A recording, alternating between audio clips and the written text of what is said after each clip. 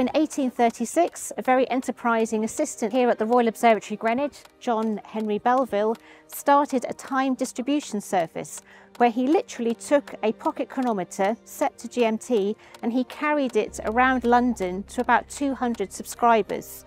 Now, for most of us, we might just casually check our watches against this as we're walking past, but for some people, checking this clock was actually a really important part of their job.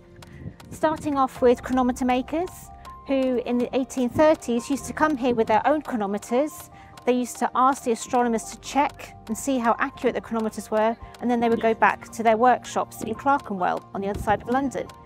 Now that's fine if it's just one or two people, but once it started to become more people, it became quite burdensome for the astronomers.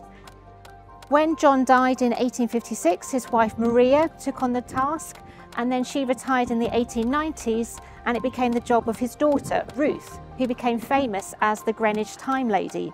And she continued all the way up through to the 1940s. Now we know from various newspaper interviews that Ruth used to come here on a Monday morning.